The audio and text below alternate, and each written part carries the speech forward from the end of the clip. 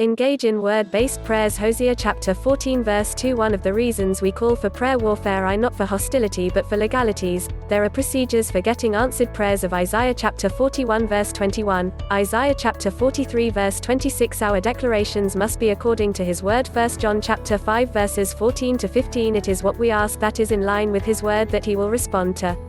We must pray in faith in the Word and in the name of Jesus. Mark chapter 11 verse 24. Faith is a catalyst for answers to prayers. Faith is the spiritual converter of spiritual blessings into practical blessings. Galatians chapter 3 verse 14. Every prayer that must be answered must be prayed in the name of Jesus. John chapter 14 verses 13 to 14. Praying in the name of Jesus is not just a way to end our prayers, but it is our access to answers. We must pray earnestly. 1 Samuel chapter 1 verses 12 to 16, James chapter 5 verse 16. It is possible to pray with the mouth and not pray with the heart, and it is the prayer done from the heart that receives answers. 1 Kings chapter 8 verses 37 to 39. When prayer is from you here, God will hear. To pray with the mouth and not pray with the heart is a wrong investment of energy. Jeremiah chapter 29 verse 13. We must make specific demands on the altar of prayer. Any prayer without a specific target does not attract a definite answer. Whenever our expectation lacks definition, the desire lacks manifestation. Every desire must have definition for it to end with manifestation. Mark chapter 10 verses 46 to 52. God is not bound to respond until our desires are specific. God does not answer us until we specify our desires so that we don't accuse him.